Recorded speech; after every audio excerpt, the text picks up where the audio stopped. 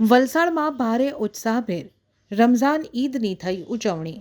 વલસાડમાં ખૂબ જ ઉત્સાહભેર રમઝાન ઈદના તહેવારની ઉજવણી કરવામાં આવી હતી, જેમાં મુસ્લિમ બિરાદરોએ એકબીજાને ઈદના તહેવાર નિમિત્તે મુબારકબાદ આપી હતી।